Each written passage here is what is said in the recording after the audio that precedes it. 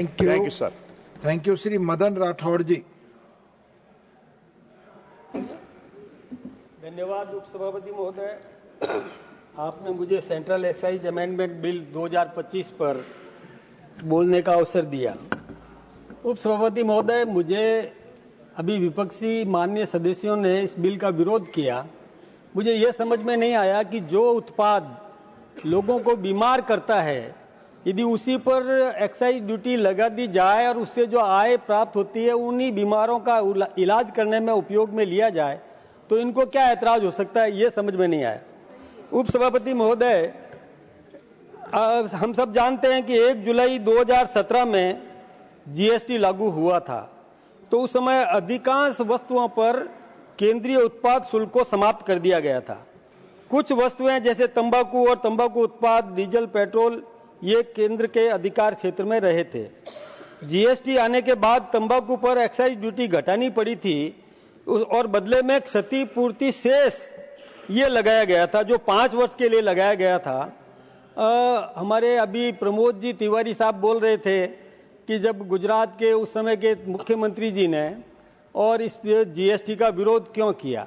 अब उस समय आपने और ये क्षतिपूर्ति और शेष ये का प्रावधान आपने नहीं रखा था, इसलिए विरोध किया था। वो समझ नहीं पा रहे थे इस बिल को। लेकिन कांग्रेस भी लाना तो चाहती थी जीएसटी, लेकिन उनमें हिम्मत नहीं थी। ये भी सभी जानते हैं कि उनके और जो कैबिनेट नोट को भी उनके नेता ने किस प्रकार से फाड़ के फेंक दिया गया था। उस समय उनकी चलती भी नहीं थी। इसलिए ये बातें कह देना आसान है, लेकिन करने में हिम्मत चाहिए। जो हमारे देश के प्रधानमंत्री आदरणीय नरेंद्र भाई मोदी जी ने वो हिम्मत दिखाई, और केवल हिम्मत ही नहीं दिखाई, क्षतिपूर्ति शेष लगा करके उन राज्यों को भी पूरा हिस्सा दिया, ये हम सभी भी जानते हैं। इसलिए इस पर एक्साइज ड्यूटी बढ़ाना जरूरी है। ये हमें कोई आपत्ति इसमें होना नहीं चाहिए। तंबाकू का सेवन एक बहुत बड़ी समस्या है। हम सब जानते हैं कि प्रतिवर्ष लगभग 13.5 लाख लोग इसके शिकार होते हैं, और विश्व की जो तंबाकू से होने वाली मौतों में लगभग 17% भारत में होती है। यह सही है कि कच्ची तंबाकू जैसे खैनी, गुटखा, हुक्का आदि के प्रयोग से मुंह का कैंसर, फेफड़ों का कैंसर, ये ऐसी बीमारियां हो जाती है, व्यक्ति ठीक से बोल भी नहीं पाता। ये कई बार तो ऐसी स्थिति बनती है उसकी कि वो बोलने के लिए उसके सांस में और वो तंबाकू का वो चला जाता है, फेफड़ों में चला जाता है, जिससे उसकी मौत भी हो जाती है। ऐसी समस्याएं हैं। तो इस पर यदि अंकुश लगाने का प्रयास किया जाए, इस पर हतोत्साहित करने का प्रयास किया जाए, तो इसमें किसको आपत्ति हो सकती है, इसको समझने की जरूरत है। मैं ये निवेदन करना चाहूंगा कि ये तंबाकू उत्पादन से मूल्य में स्थिरता भी आएगी, युवाओं में इसके उपयोग के लिए हतोत्साहन होगा, और 42% राजस्व वैसे के वैसे ही राज्यों को मिलता रहेगा। इस विधेयक का उद्देश्य जीएसटी क्षतिपूर्ति शेष खत्म होने के बाद भी इन उत्पादकों पर कोई बोझ को सुरक्षित रखना भी जरूरी है।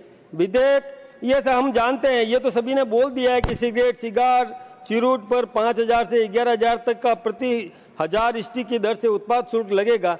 ये सब बातें आपने सबने बोली है। ये भी कई माननीय सदस्यों ने बोला कि उत्पादों की बिक्री 40% जीएसटी क्षतिपूर्ति समाप्त होने के बाद और लगेगी। ये भी, और मैं इस पर भी नहीं कहूँगा, मैं तो राजस्थान से आता हूँ, इसलिए राजस्थान के संदर्भ में मैं कुछ बातें आपके सामने निवेदन करना चाहूँगा। राजस्थान में तंबाकू का उपयोग चिंताजनक है। लगभग 41% लोग तंबाकू का सेवन करते हैं।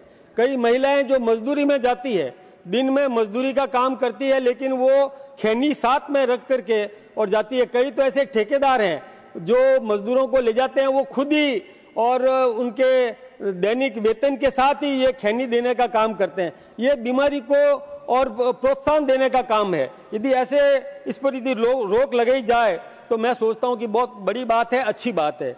हुक्का, बीड़ी का उपयोग भी ग्रामीण क्षेत्रों में बहुत अधिक है, और इसी प्रकार से किशोरों में भी ये बढ़ता जा रहा है, विद्यार्थियों में भी, और इसका प्रयोग बढ़ता जा रहा है। यदि रेट बढ़ाई जाएगी, कीमतें बढ़ेगी, तो निश्चित रूप से अंकुश तो लगेगा ही लगेगा। बीड़ी उपयोग में कई लोग कहते थे कि इसमें मजदूरों का और हानि होगी। मैं एक निवेदन करूं, जब उत्पाद शुल्क कारखाने पर लग रहा है तो किसी किसान पर नहीं लगने वाला है। किसान यदि उत्पादन करता है तंबाकू का तो उस पर कोई टैक्स नहीं है, कोई उस पर और एक्साइज ड्यूटी नहीं लग रही है, और एक्साइज ड्यूटी किसी मजदूर पर भी नहीं लग रही है। मजदूर यदि बीड़ी बनाता है तो उस पर भी नहीं लग रहा है, केवल कंपनी पर लगेगा, जो उत्पाद करेगा उस पर लगने वाला है। इसलिए इसकी चिंता करने की जरूरत उनको नहीं है।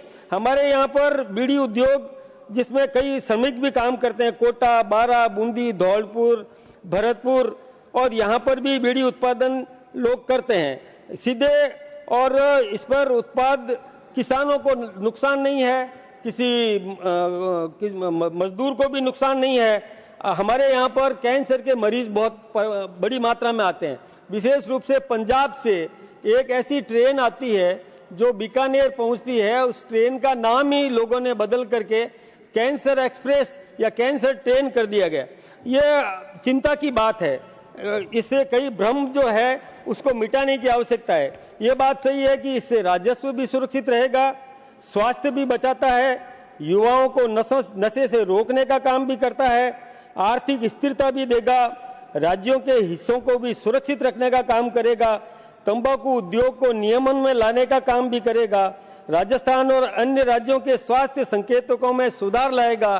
तो ये सब काम जब अच्छे होने वाले हैं तो इसके लिए चिंता हमको ये करनी चाहिए कि किस प्रकार से हम लोगों को इसमें उपयोग करने से रोकें। इसके लिए किस प्रकार से हम ऐसा प्रयास करें कि लोग इससे और मतलब पीड़ित नहीं हो, इसके प्रति आकर्षित नहीं हो, इससे कैसे दूर हो सके, इसकी चिंता करने की जरूरत है, न कि इस पर ड्यूटी क्यों लगाई जा रही है। मुझे ये समझ में नहीं आया कि इसमें राजनीति की बात कहाँ है। हम सबको मिलकर के ऐसी बीमारियों की रोकथाम के लिए हम सबको मिलकर के और देश सुरक्षित रहे, हमारा नौजवान सुरक्षित रहे, हमारा युवा सुरक्षित रहे, भटके नहीं, इसके बारे में चिंता करने की जरूरत है। केवल चूंकि विरोध करना है इसलिए विरोध करने के लिए खड़े होना यह ठीक बात नहीं है।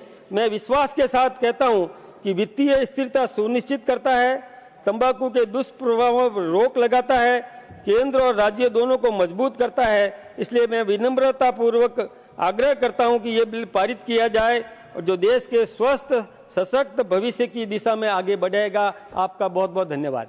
धन्यवाद राठौड़ जी। ऑनरेबल श्री जी के